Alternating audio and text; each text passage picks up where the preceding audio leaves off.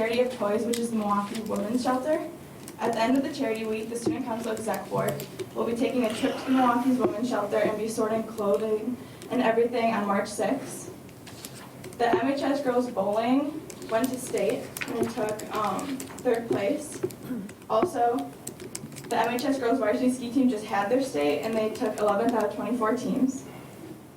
Our basketball teams raised $21,700 for the Sanders family through Swish for a Wish. Also, Savannah Los Eric beat the all-time record of overall points in Muskego in basketball history. Another thing is the robotics team hosted their first ever reveal dinner on February 19th. So this is a dinner where sponsors and their parents can see what they were creating, what they have worked on for the past few months. Also, HOSA, which is the Health Occupations Students of America, attended their first ever regional event where they received 2 gold medals, 1 silver and 1 bronze. Wrestling state took place this past weekend. We have 3 state qualifiers: Austin Elger, Evan Huxdorf, and Alex Winthizer. Swimming state also took place, and the team took 7th overall. And Adam Fisher took 4th in backstroke, and Nick Schuster 3rd in breaststroke. At the middle school level, so at Muskego Lakes principal Rachel Rajeski received the 2020 Herb Cole Educational Foundation Leader Award. And at Lake Danoon, so they're all, as stated before, they're coming to Leadership Day on March 3rd.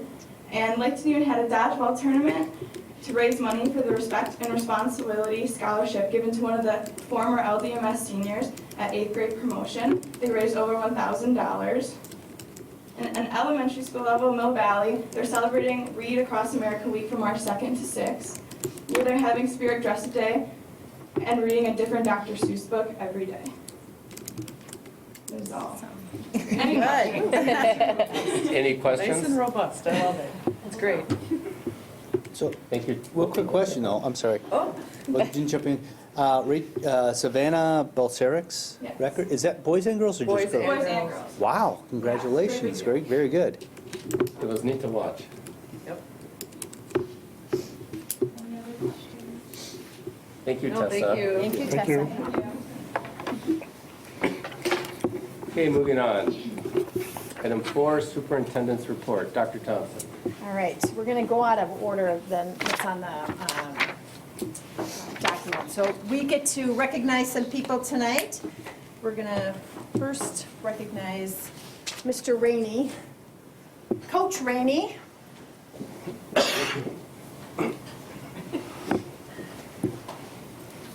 Who's kind of used to being here. I was just gonna say, we see him like every other week, or every other month, right? Oh my gosh. Good to see you, man. It is. It's his February appearance. Certificate of Appreciation. The Muskego Norway School Board congratulates Coach Richard Rainey on being selected by the U.S. Track and Field and Cross Country Coaches Association as Girls High School Coach of the Year for the state of Wisconsin 2019 cross country season. This prestigious honor recognizes the performance of the Muskego High School team throughout the 2019 season and reflects the hard work and dedication of the athletes, coaching staff, and administration. The Muskego Norway School Board commends Rich Rainey for his ability to engage and support athletes with admirable coaching skills and provide guidance and encouragement for his athletes to perform at the highest level attainable in high school sports.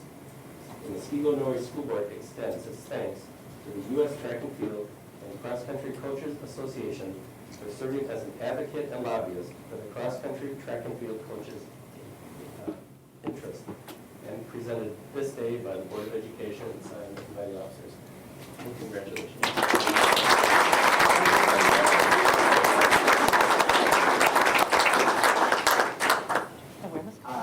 First, I just want to thank you guys all for the time. First, I want to thank you guys all for the time. This doesn't happen without just an absolute community of people of support, starting with my assistant coaches, Coach Steve Check, Coach Amberly Check, Coach Jerome Michon. Even occasionally we have some administrators from our high school come down and run with our athletes, Coach Pavlinka, Coach Dunbar. Even once in a while, Mr. Irvine comes on down, gives us some words of encouragement. I also want to take a special thank you as well to Coach CJ Michaud, head boys coach. But we really have been more of like a team over the last several years working together. We would not nearly have the success that we had without his expertise as well. Secondly, I want to thank the parents. We have an incredible group of parents, and without their unconditional support and faith in us as people and as coaches, this wouldn't happen. And last but certainly not least, we have the best kids around. And none of this would be possible without the incredible group of kids that we have. So thank you very much. I'll accept this on behalf of them. And yeah, thank you. Thank you so much.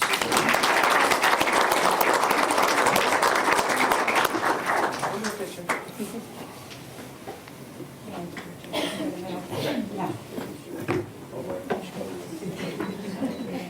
One, two, three. Perfect. All Yeah. right, thank you guys. Congratulations. Thank you. All right, now we're going to recognize Herb Cole, which actually Tessa was mentioning. And with that, Jeff Peterson will give a little background on the Herb Cole Award. And if Rachel and Nancy and Sarah, if you could come on up, make your way up. All right, for those that are unaware of what the Herb Cole Fellowship Program is, it is a tremendous honor for educators in the state of Wisconsin.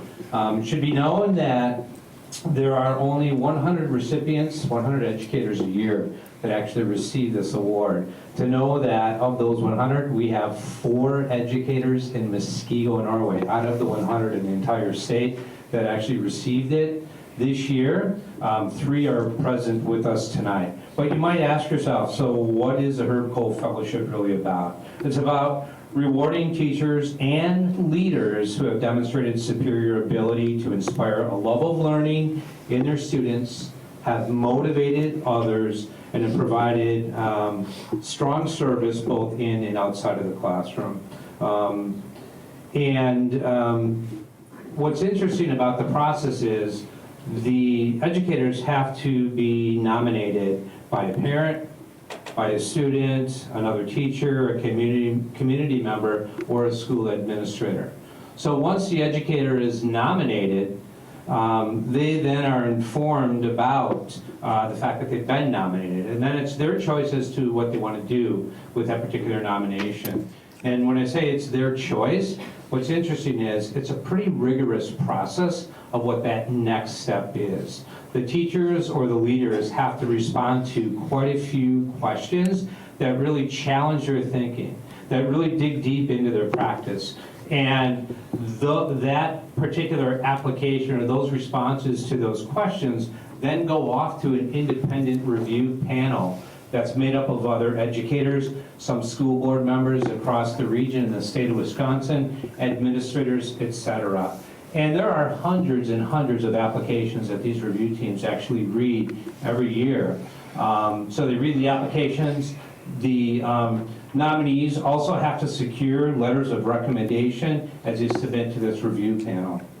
So that takes a couple months of time to actually build out that application to support that nomination. And as I said before, it's amazing that our district has been recognized with so many outstanding educators this year. Last year we had 2 teachers in our system that received the Herb Cole Fellowship, but to have 3 teachers and 1 principal, by the way, this is our very first principal in our system that's ever received the Herb Cole Fellowship. So that's amazing within itself. How about giving the 3 of them up here, but our 4 educators, a big hand for what they're doing.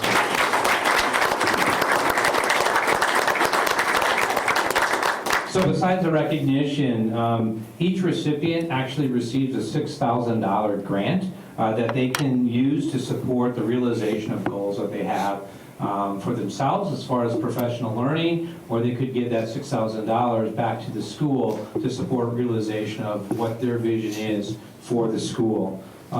Similarly, the schools also receive $6,000. So $12,000 in total is rewarded, and that's sponsored by Herb Cole himself. But that $12,000 is used oftentimes to really improve outcomes for students like yourselves that are sitting here, and really help our teachers become better at their craft and what they do. So again, congratulations, and I think you guys are going to read the Yes. recognitions. Yeah.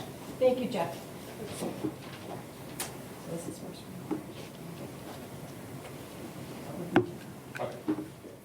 So certificate of appreciation.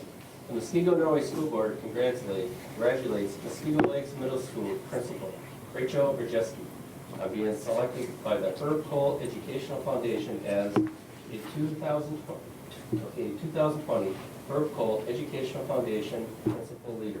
To be considered for this prestigious award, principals can be nominated by students, parents, colleagues, community members, or school district administrators. A rigorous screening process is conducted by a statewide committee of civic leaders, education-related groups, and program sponsors who review a multitude of nominees, from which 12 public schools and 4 religious and independent school principals, a total of 16 participants throughout the state of Wisconsin, are selected. Rachel Rajeski was identified for setting high standards for instruction, achievement, and character, and creating a climate to best serve families, staff, and community. The Muskego Norway School Board commends Rachel Rajeski for her exceptional leadership ability that brings honor not only to herself, but to the Muskego Norway community and to her students to learn, grow, and succeed. Presented this day by the Board of Education and signed by the officers.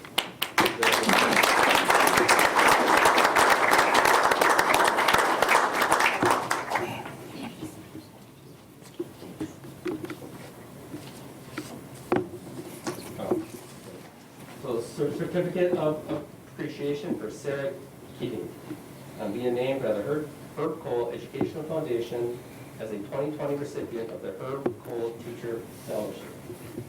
To be considered for this prestigious award, teachers must be nominated by students, parents, colleagues, committee members, or administrators. A rigorous screening process is conducted by a statewide committee of civic leaders, education-related groups, and program sponsors to review a multitude of nominees from which a select few are chosen. Sarah Keating was identified as a teacher who exhibits superior ability to inspire a love of learning, and that her students the ability to motivate others, along with leadership and service within and outside the classroom. The Muskego Norway School Board commends Sarah Keating for her exceptional teaching ability that brings honor not only to herself, but to the Muskego Norway community and to her students to learn, grow, and succeed. And presented by the Board of Education and signed by its officers on this day. Congratulations.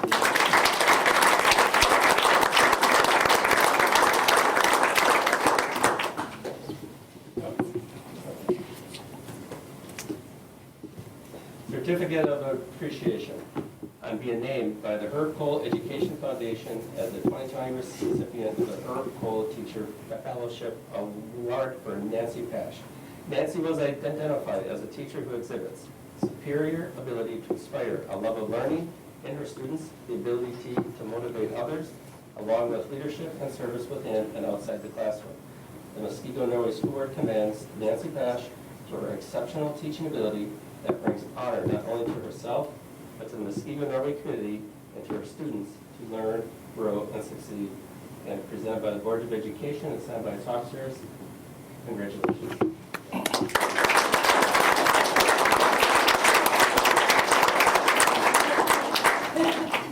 Might we get a picture?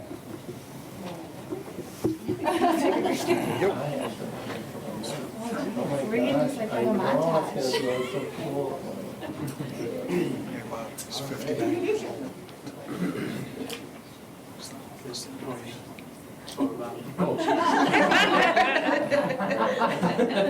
One, two, three. One, two, three. Perfect. All righty, thank you.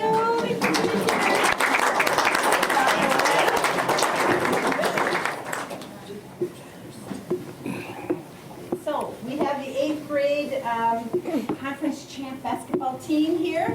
If you guys want to come up here and just stand along here. And Coach Julie is here too, awesome. So we have a certificate first for you, and then each of the boys. Would you like to say anything about you after? Okay. All right, Certificate of Appreciation. The Muskego Norway School Board congratulates Coach Paul Dooley on another tremendous, undefeated 2019-2020 basketball season. Through team and individual dedication, skillful preparation, and commitment to excellence, the team took first place in their conference for the second consecutive year. This achievement has brought honor to the Muskego Norway schools and community. With deep appreciation, the Muskego Norway School Board hereby commends Paul Dooley for his outstanding leadership and coaching ability, which led to the Lake Danune Middle School 8th grade boys basketball team taking first place for the second year at the Junior Southeast Conference Championship. The Muskego Norway School Board recognizes Coach Paul Dooley for his commitment to the student athletes to learn, grow, and succeed in the sport of basketball. Presented this day by the school board. Congratulations.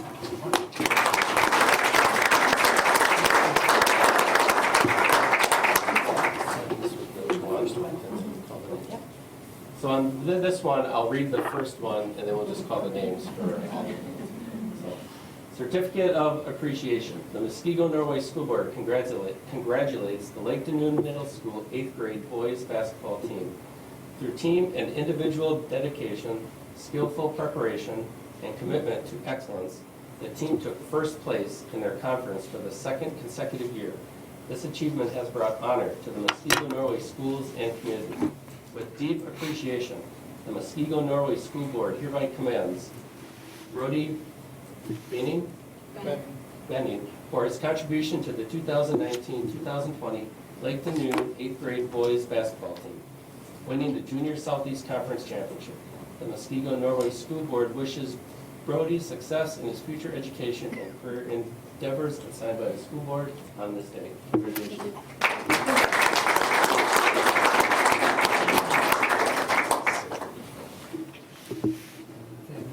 Nathaniel Yaki.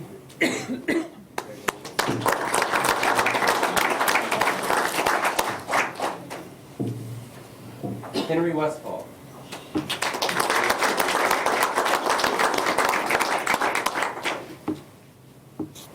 Carter Seawright.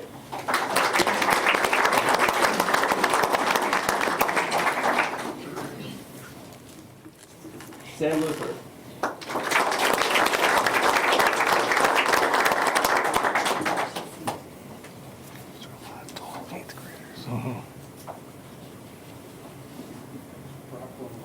Brock Lulowitz.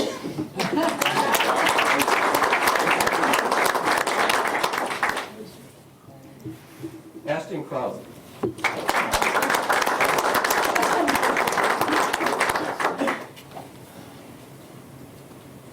Aiden Krause.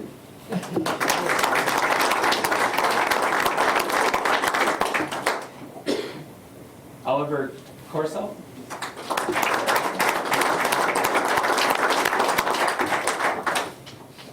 Evan Jones.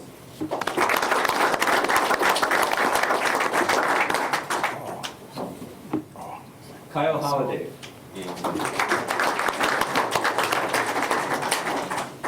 Josh Hansen.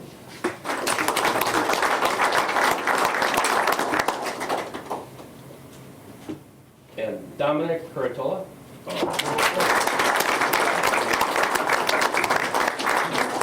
Congratulations. All right, we'll take a group picture. Just want to big two lines here.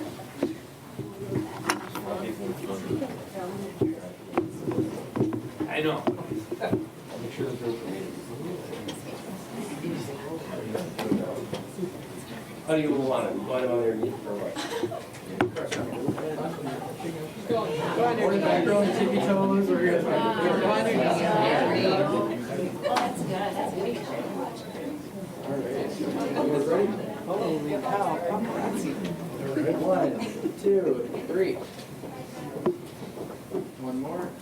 1, 2, 3. All right, stay with for the parents.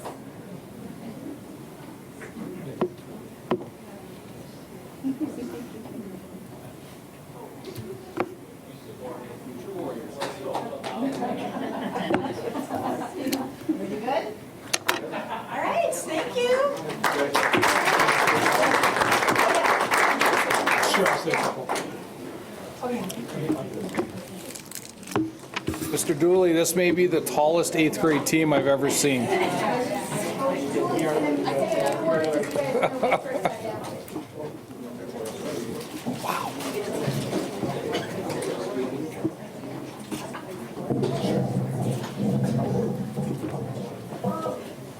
All right, I just want to say thank you to everybody.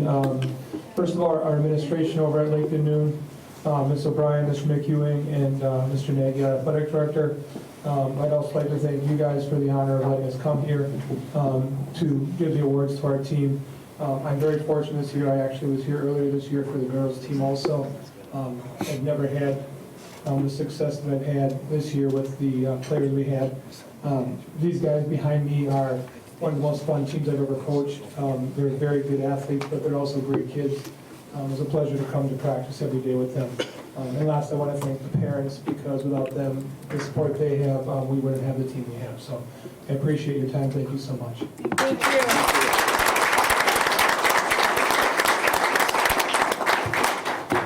Feel free.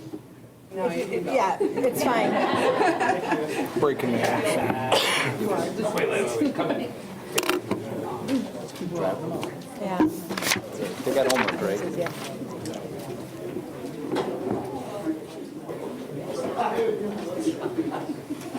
Have a good night, Tessa. Bye, Tessa. Bye, Tessa. Go straight home, please. Straight home. Yeah, she has her driver's license now. I know you can. That's what I'm talking about. All right, then I'll invite Principal Todd Irvine up to summarize the mid-year report update regarding drug-free learning environment at the high school. So annually, we have the administration come in to talk about this mid-year and then at the end of the year in July, typically. It's not up there. Difficult transition to come from celebrating all that awesome Right. stuff, talk about something like drugs and alcohol, and yet, in all honesty, the reason we are where we are is because of the board's commitment, the district's commitment to say, rather than hiding behind something, let's attack it in any way we can, let's do everything we can humanly possible to give students every reason they can possibly have to say no to different things. So each year, we do a mid-year report to kind of give us an idea of where we are compared to previous years. That data and information is summarized on the slideshow that was shared with you. So far, we've done 5 total K-9 searches this year. That was a combination of 3 indoor searches and 2 outdoor searches. In our indoor searches, we had 5 positive indications with 0 positive results. We did, as a result of, and this was the first time in our history of doing this, as our dogs were entering the building and we were going through our process, we actually had a student in the classroom that we had selected for the random search, who, before the dog entered, voluntarily stepped forward and said, "Can I please go to the office?" She was in possession of a vaping device, but demonstrated great integrity. So it was a really powerful learning opportunity, but to me it was another good example of how sometimes you have these opportunities and the dogs are in there to sniff out drugs, not necessarily other things, but because of the integrity and the character of this young adult, that gave a great teachable moment, an opportunity to partner with the family to talk about a highly addictive substance, so it still had a pretty powerful impact. Our outdoor searches, we've had 2 so far this year. With those searches, we had a total of 5 positive vehicle indications. Those searches did result in 1 student being found in possession of drugs and paraphernalia. So that is a summary of our K-9 searches. Any questions on our K-9 searches before I transition to the RDT? Again, How many do we typically do each year? typically 7, which leads the county in the number of searches we do. So again, this is an outstanding partnership with our Muskego PD.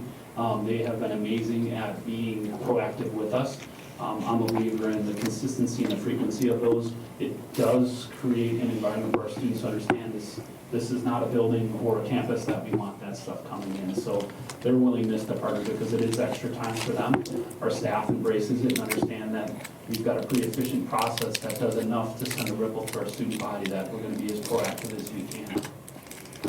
Can you remind me just real quick, when there's a positive indication, 0 results, you still share that with the parents, right? Okay.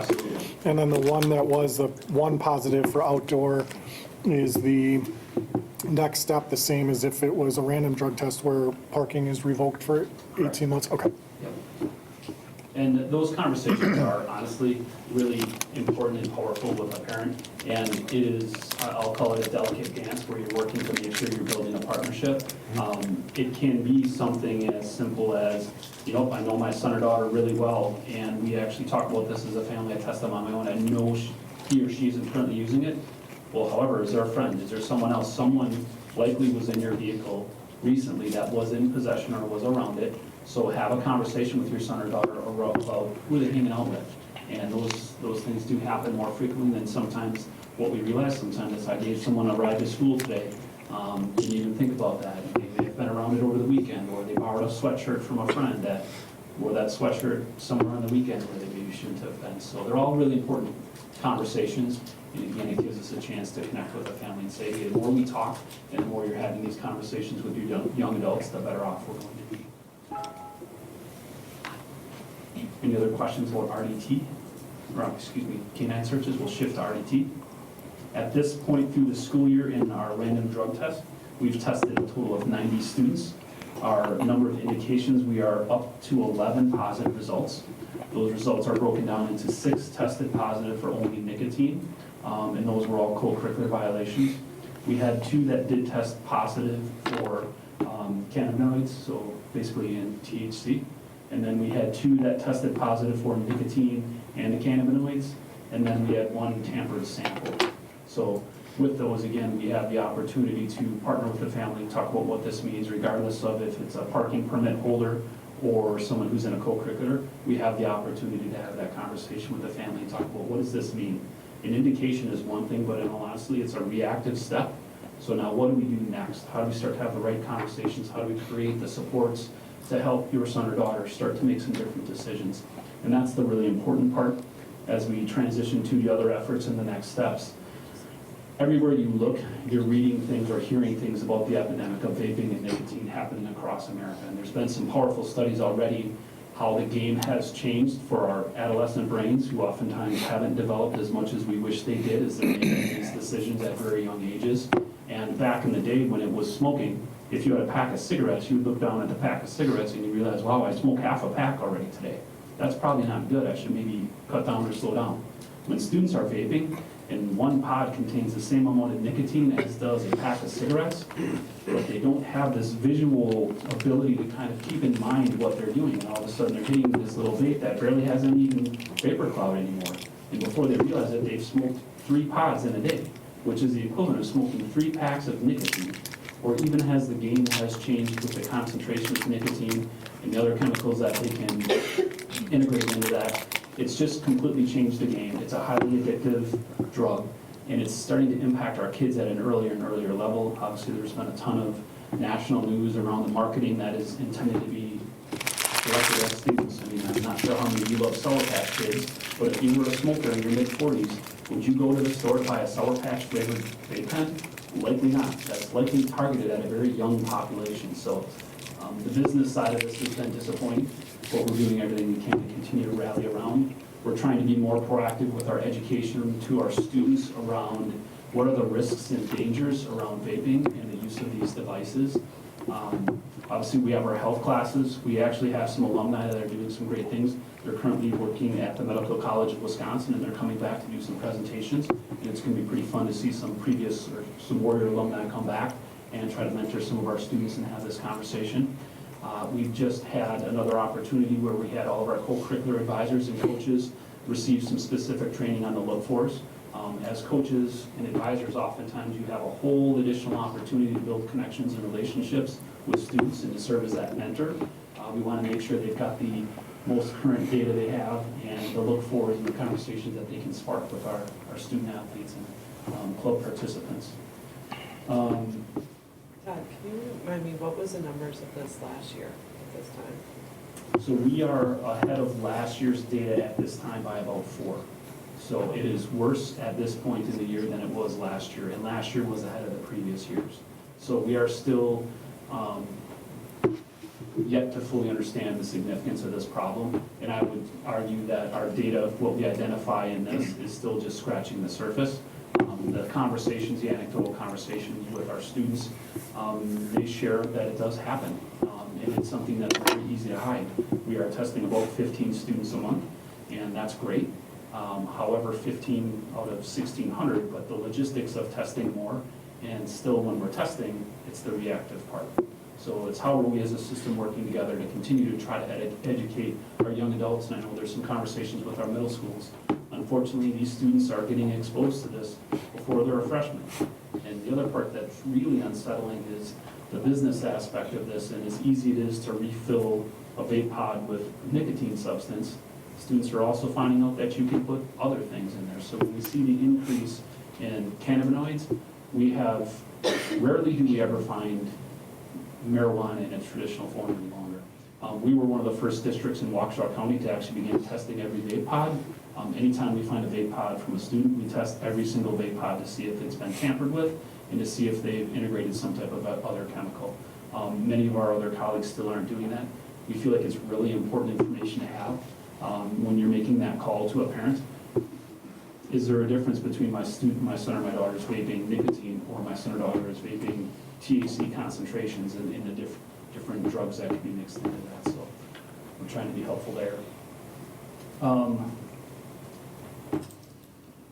Other next steps with the change in legislation around making tobacco and nicotine products, the legal age to purchase at 21, we are going to be coming back to the board to have a conversation around, does this change our language around parking permit holders? So we've been a little bit hesitant in the past because theoretically a student could be 18 and legally purchase nicotine and park on our campus, though they wouldn't be in possession. It could legally be in their system. Once this legislation happens and it is the legal age is 21, it now brings the information to the forefront that they should not be in possession of nicotine in their systems. And as addictive as nicotine has become, people are describing it as the gateway to other things. We have an opportunity to continue to have those conversations, so we'll likely be making a suggestion at the end of this year to say, can we add nicotine as a tested substance for our parking permit holders as well? So we don't test nicotine for our parking permit holders right now? It's tested, not reported, so the testing agency does not allow us to remove one metabolite from the panel of things it's tested, but they don't report it. So it wouldn't cost us or change the testing anyway. Thank you. Can I ask you just about the tampered sample? For that particular instance, did it look like it was premeditated or like spur of the moment? And the reason why I ask that is there discussion among the students on how to try and get around this? And is it successfully gotten around and this one just failed? I'm curious as to. And I love the question, I don't mean to smile. It's these things that you never thought you'd have to think about as a grown adult. For example, there are these packages that you can purchase that, excuse my language, are called pee pouches. So theoretically, you can purchase a small little package that if you wanted to go to a pier and get a clean sample of urine, you could, and you could carry that around in your backpack or your pocket 4 months. Maybe you're gonna get tested, maybe you're not. However, even if you do try to use that sample, it's not gonna be at the right body temperature unless you chose to store it someplace that would likely be fairly uncomfortable for you as you sat in classes for 7 hours a day. So again, when I think about those proactive opportunities to dissuade someone from using, I think that's not likely that someone's going to go through that extensive of measures to try to avoid that, or I hope that they wouldn't, and if they are, there's some subtle consequences that they're going to deal with on their own. The one that was tampered was spontaneous. It was, again, the randomness of this caught the student off guard, panicked, happened to make a decision to perhaps dip the cup into the blue stained water and thought that that may not be noticed, but not sure the health of everyone here, but I think if you submitted a blue sample of urine, it might trigger a flag to say, hey, this maybe isn't going to work. So sometimes our adolescents don't always have the best thought out plans. It's that frontal lobe development, but we're getting there. So it is having an impact. Students do talk about it the minute it starts. I do think it creates a positive ripple. It's one more reason for students to say no.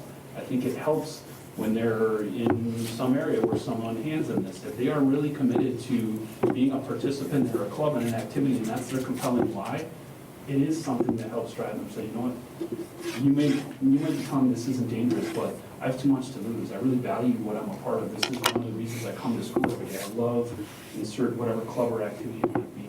So I appreciate the support with it. Addressing duplicates, we put that down, and it is the most frequent question/complaint and concern that we get. We continue to work with ProHealth and the company that organizes this. They're contracted by multiple huge state-level organizations. It is randomized on their end. They stand 100% behind it. This is the message that we share with any family or parent who's upset and frustrated.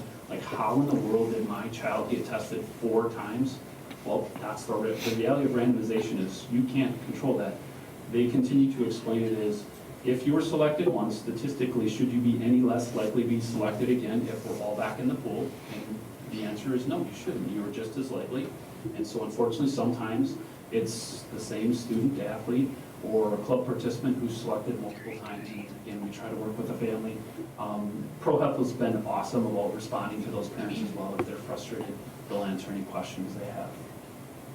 How many students typically take it a second or third time or fourth? There's usually at least 1 or 2 per month when we test that someone that at some point was selected previously. So, I mean, I have 3 high schoolers, so I do get the notifications that you send out that a random drug test has been performed. I don't ever see the results of that. It's always just that it's performed and then at the end of the year you'll get the results. Is there a reason why we do that instead of giving it monthly? Yep, and we've come around this a few times. So my greatest fear is, well, my greatest passion is protecting the innocence of individual students. And the reality of sometimes the athletic forum is if you have random testing that happens on this date, and the next week there happens to be a basketball game, and your starting point guard is sitting on the bench, and people are talking about, why is that student sitting on the bench? And all of a sudden now we know that, well, random drug, it just, sometimes it's too easy to connect the dots in spotlighted areas. And we've had the conversation as a parent, am I going to change how I'm parenting my child if I know last month I had 1 kid who was indicated positive for nicotine? Or would I change my parenting if I knew for the 3 months previous to that there was no one that tested positive? So providing the summaries at the mid-year and then the end of the year still keeps our community informed of the trends we're seeing. But rarely is there going to be a month-to-month need to change our actions as parents. Hopefully we're building connections and partnerships and enough trust to say that, hey, when this is happening, know that we're working with those individual families to get them the support they need. And sometimes it's more our desire that we want to know. But sometimes when we know, it doesn't protect the privacy of that student and that family dealing with a pretty tough circumstance. Okay, so the only thing I'm gonna kind of just, I don't wanna be devil's advocate or what, but if we're seeing a trend that this is a problem at our school, I don't wanna wait 6 months to a year to find out that we have now, in the last 2 months, had an increase of 20 kids that are testing. You know what I mean? So I just fear that if we don't acknowledge and be transparent, if there is an issue of a trending thing that we're seeing within our school district, that we might miss the ball on something bigger. So I'm just putting it out there that if we do, I just think it should be something that we should look at. I love this statement, and we have the opportunity to do that. So if it was 20 students this next month tested positive, I could very easily in our weekly newsletter put something in there like, parents, please have conversations with your son or your daughter around what's happening. We've had a significant increase of this, and in that situation, we wouldn't necessarily likely have the privacy question, because it wouldn't be one student that failed this month, and we noticed our point guard is sitting out for 3 games or insert whatever sport. So if there was a spike that we deemed was, well, there's something we need to do to rally around, that to me is just best practice for us as a school system and community that works together. And we have other means to communicate that if that issue popped up. Or if there was something knowing that that we are having a spike in some of the stuff, I do think it would be kind of nice to have like some sort of parental, you know, talk or get together or something with the parents, because they're gonna start to like go, wow, maybe I really do need to kind of have my antennas up to say, I gotta watch my kid for this. I don't know. I'm just saying that if we can somewhat communicate with them to know that there is this problem and that we are trying to deal with it and stuff, would be good. I wouldn't, I think you have to look at what your definition of spike is though, because to be perfectly honest with you, even though we've increased over a 3-year period, if you look at the numbers, it's not what I would term being a spike. It's 4 more than last year, and it was like 2 more than the year before. So But you're only testing how many students, 90? No, we're, Well, 90 to this point. Yeah, 90. So Okay. you're actually gonna get a percentage of 25%, you know what I mean? Whatever 11 into 90 is. So you're actually trending quite higher than you well, think you. 4 would be about a 5% increase, which I don't think is really, It's a we've seen It's a 50% decreases increase. bigger than 4. If it went from 4 to 11, But what I'm saying is we've seen decreases bigger than 5 or 10% too. So we have to look at that also. But like you were saying before, yeah, definitely, if we're seeing a spike in well, I'm just thinking. vaping and maybe THC related, especially in light of what happened 6 months ago when all the bad THC vape cartridges were out there. Yeah, we do need to definitely. I just know that, I mean, obviously where I work, we're seeing an increase of having issues with it. But also, I know that even my own kids are verbally telling me that it's more accessible and more out there than it normally was with my older kids, you know.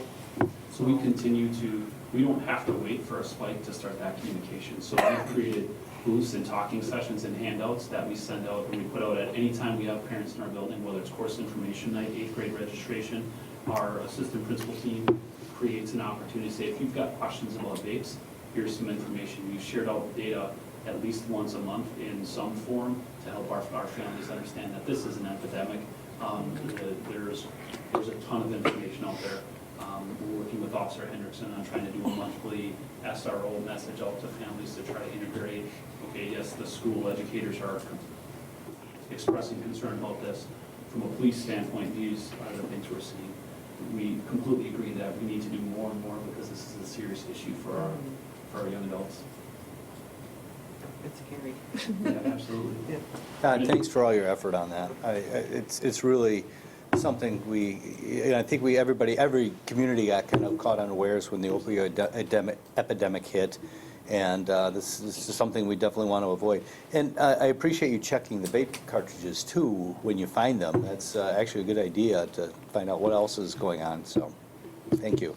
Talk to your kids too, because we still struggle with, sometimes we hear this residual information that so-and-so was doing this in the bathroom, but they share it when they go home at night, and rarely will they come forward. But one thing that does make me proud, much like we had a student who voluntarily kind of confessed when the dogs came, we do have students that step forward and say, I'm not okay with this. This isn't what I want happening in our building. This isn't who we want to be. So I'm extremely proud of a lot of our students, but always continue to encourage them. Sometimes students don't want to be a snitch, but you also want to be a part of the system that you're proud of being a part of. And if you don't believe that this is behavior that exemplifies what it means to be a warrior, let's proactively kind of get after it when it happens. Any other questions for Todd? Well, we appreciate you being here. Thank Thanks, you. Todd. All righty. Thank you. And the last item in the superintendent's report is the contribution to the profession. Contributions to the profession, and that ends the superintendent's report. Thank you, Dr. Thompson. Moving on to item 5, President's Report, the Board Self-Assessment. So everyone should have seen this, and we can certainly go through it, and we can refer back to this when we set our goals for the coming school year. However, generally, I mean, that survey is connected to our specific goals, our DAPE standards related to board practices, and then you can see the aggregate survey results in the summaries section. There are two main components to just look out for. The first is the frequency that board members engage in the various practices that support the given standard. And then the second would be the priority an individual board member as a whole places on each one of those standards. Generally, the results indicate the board is overwhelmingly and predominantly, almost always or often, engaging in the listed practices. It was like 98% of the total responses were in these two categories. There are a few outlier responses that we can certainly talk about when the time comes. However, they're fairly limited, and whether or not those are significant, and we need to adjust where to focus on the coming year. We can have that discussion when we set those standards. So if there are any questions, please look at this. keep it tagged for when we have our discussion on next year's goals. If there's any fine tuning, this is certainly the material that we would use to make that happen. Okay. So that would conclude the president's report. And then on to board member reports. I know Tracy, I'm assuming that Tracy, as our CISA 1 representative, this would be yours. Yep, so we had our board meeting last Tuesday, and at it, they kind of went over kind of the State of the Union address, I would call it, about how their year has gone. And at every meeting, they hand out all these flyers, and I think I'm just gonna keep adding them to our committee report so that you can at least see what they're offering to the school district and to us. So the first one was the educator recruitment fair. The second was self-advocacy and self-determination. I guess it would be a conference or in-service that you go to. IEP training for LEA representatives, all those acronyms, don't you just love them? Virtual learning time, they have an event for that. And then they have some transformative leadership cohorts that they have put together. Oh, sorry, was that not turned on? Sorry. That they have put together that are also available to our staff. And then the two last ones I thought were kind of interesting. Kettle Moraine had some of their students go to the Highly Effective Teen Girls Leadership Conference that was at WCTC in Waukesha. And from that, they kind of had these girls see the different values that they could do for themselves and such. And I thought that was kind of cool for them to be able to be a part of that. And then the last thing was they also have project search interns. And these two students, one was from New Berlin Eisenhower and the other one was from Woodland Academy, were able to do some internships at some places and stuff. So it'd be kind of cool if we see a need, like a student within our school district that would like to be a part of that, then let me know and I can get them connected. Thank you very much. You're welcome. I appreciate the CISA 1 presence too. Yeah, they have a lot to offer, so if ever you feel like you have a need for something, I'm sure they can find a person that you can connect with to help you with it. We work closely with CISA. Yeah, you do. Yeah. Actually, Muskego, Norway comes up a lot in the conversations, so it's a good thing. And your name too for special, they have a special needs stuff. Great to hear. Yes, we are represented well. Any other board member reports, Mr. Hine? I've got a couple things. First, congratulations to all our Cole recipient winners. I mentioned it before, I've read, in fact, actually, this is the first year I read for principals. Okay. I did not come across Rachel's. Yeah. I I'm sure would they have had to turn it strategically chose, in, yeah. yes. But like I've mentioned this before, it can be a very fine line. There's a lot of great competition, so to win it really is just, they're standing heads and shoulders above the people standing heads and shoulders above the crowd, so congratulations. We had our WSB board meeting this past weekend, and we're looking towards continuous improvement at the WSB. Just if you have any suggestions, I'd be happy to hear them. And any services that you think we should be offering or looking at offering. Also, a reminder, I mentioned at the last meeting, there's a human trafficking awareness being put on by the Rotary Club, correct? And it's held tomorrow night at the Whitnall High School from 6:30. I didn't get the end time. I'm guessing it's going to be 1 to 2 hours. So, and finally, while I was at the WSB board meeting, we also use board docs. And there is an update coming through where some people may have to change their password. And I think Tony has some information on that. Sure, I'll make it quick. So that's phase 1, phase 2. Phase 1 is actually today, a special day for multiple reasons. And you should know, this is really important, an 8-character password that has uppercase, lowercase, symbols, and numbers can be hashed by a computer in 57 days. And making it 10-digit, it will take 928 years. That's the difference having 2 additional characters on your password will make. Think about that for your own passwords, not just for board docs. That's a calculated table. It would take 71,000 years if it was 12 characters. So again, you're wondering why the change. This is not just for an accidental reason. We should be changing these on a routine basis. But if I would make one recommendation, that is to use a passcode. like Lake Danoon basketball is great with some numbers and characters and symbols, as opposed to just fluffy 1, 2, 3, right? Name your cat and then a few numbers. How'd you find out my password? Right. So again, that's kind of a joke, but the serious part is obviously to keep that length in mind. You're going to end up having to do it anyway, so you might as well do it sooner than later, if you would. So that was it. And your super admin, of course, is Jamie. If you have questions, you can work with her on that. So Thanks, Tony. That's all I have. thank you. Any other board member reports? I did want to just add that the musical is still going on. It was absolutely awesome. So hats off to our music group and all the performers. Did an absolutely wonderful experience. So thank you all. All right, moving on. Item C, committee reports. We have none. Moving on to item 6, resolution action items. Item A, MHS roofing. Motion to approve performance roofing to replace roofing sections, excuse me, at MHS in the amount of $234,487. So moved. Second. Any discussion? Yeah. Please. How are we paying for it? This is for the next upcoming year's capital construction projects. We budgeted about $750,000, and this will be about a third of that. Just try to keep up with the roofs and the parking lots and everything, and this is the highest priority roofing project. Wait, was it because of leaking, it's just maintenance? Or is it? Actually, you might remember we talked in the fall about replacing the gym roof. We did experience some leaking in this one, so we're going to move forward with this one first. But the gym roof still has a couple years on it. And this is really being progressive too, because right now a lot of our roofs are brand new when you consider Mosquito Lakes and Mill Valley and a lot of the high school from 2003 even being 30-year roofs.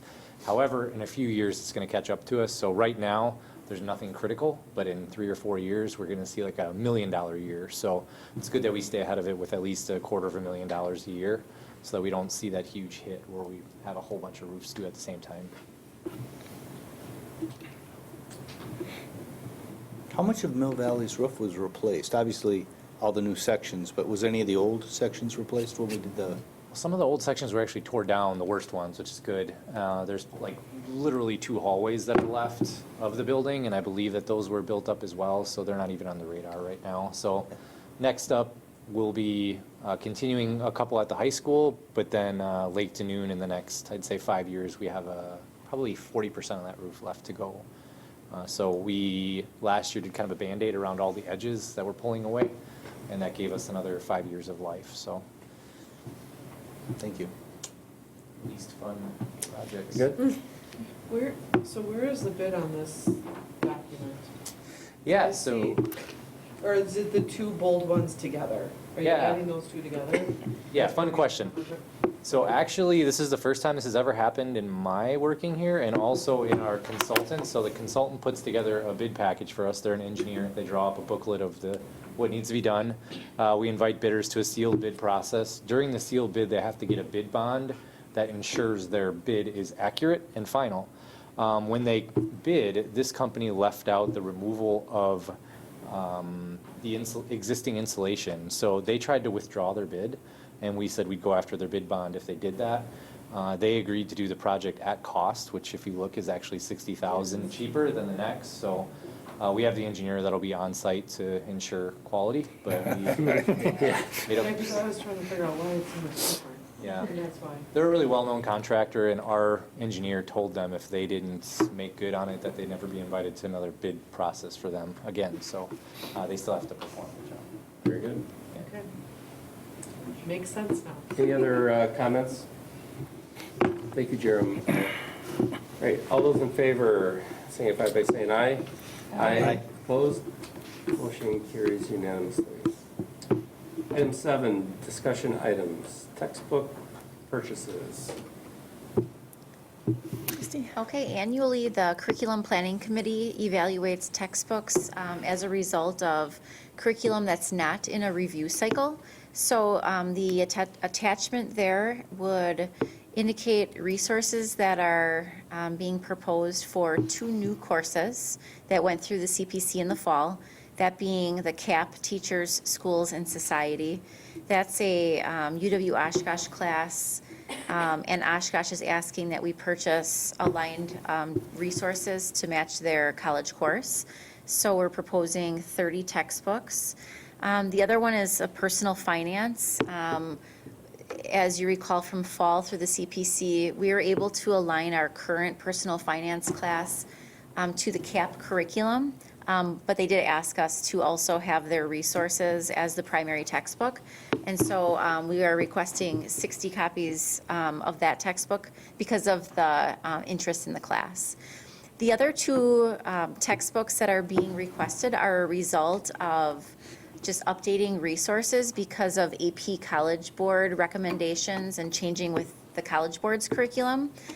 So AP Computer Science, we haven't updated these texts in over a decade. And now that we're partnering with TEALS for our computer science programming, they had suggested that an AP Computer Science textbook was needed for the Java class. And then AP Government, the AP College Board actually updated their curriculum 2 years ago. And Jason Bretzman, who's our teacher, has been evaluating textbooks for 2 years.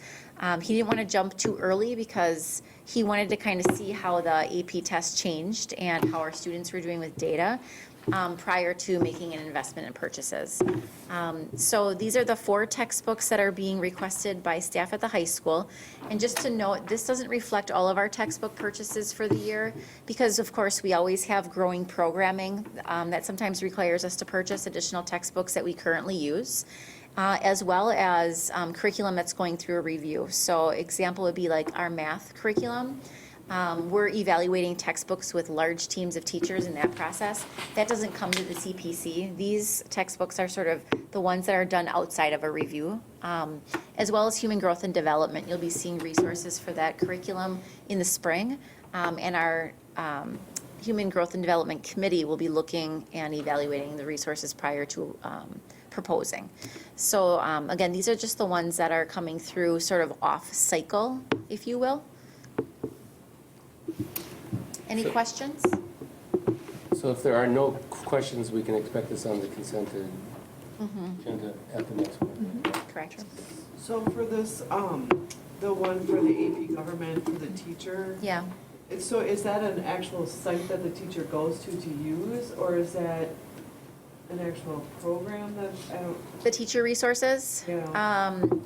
Because it says Exam View Assessment Yeah. Suite. So. Yep, so that would be online resources, and believe it or not, I know it's gonna sound a little archaic, it comes with a jump drive with AP resources, including like sample test items and additional resources that prepare students for the AP exam. So that's. It's not something that's ongoing membership fee to some sort of website? Nope.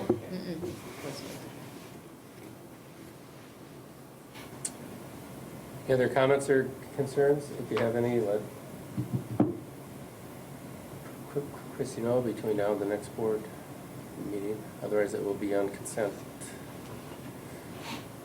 Okay. Thank you. Hearing none, we'll move on to item 8A, financials. What happened to our reoccurring budget item? Oh. It'll be back on next meeting. Our placeholder. Our placeholder. I didn't think anybody would notice. My placeholder. So you've got your financials, your personal information memo, and I have no communications and miscellaneous business is authorized by law. Any comments or follow-up required on any of these 2 items? Hearing none, and we'll move on to item 9, vote for closed session. Vote for closed session pursuant to Wisconsin statute 19.85, sub 1, sub E, for the purpose of deliberating or negotiating the investing of public funds or conducting other specified public business whenever competitive or bargaining reasons require a closed session, specifically before and after school agreements and Wisconsin Statute 19.85 sub 1 sub C for the purpose of considering employment, promotion, compensation, or performance evaluation data of specific employees over which the board has jurisdiction, specifically dates mid-year. Motion is in order to go into closed session. Could we do a roll call vote, please? Oh, we sure can. Mrs. Boyer? Yes. Do we need a motion first? Oh, we sure do. Yeah. Let's try that Motion first. is in order. So moved. Second. Thank you. There's no discussion.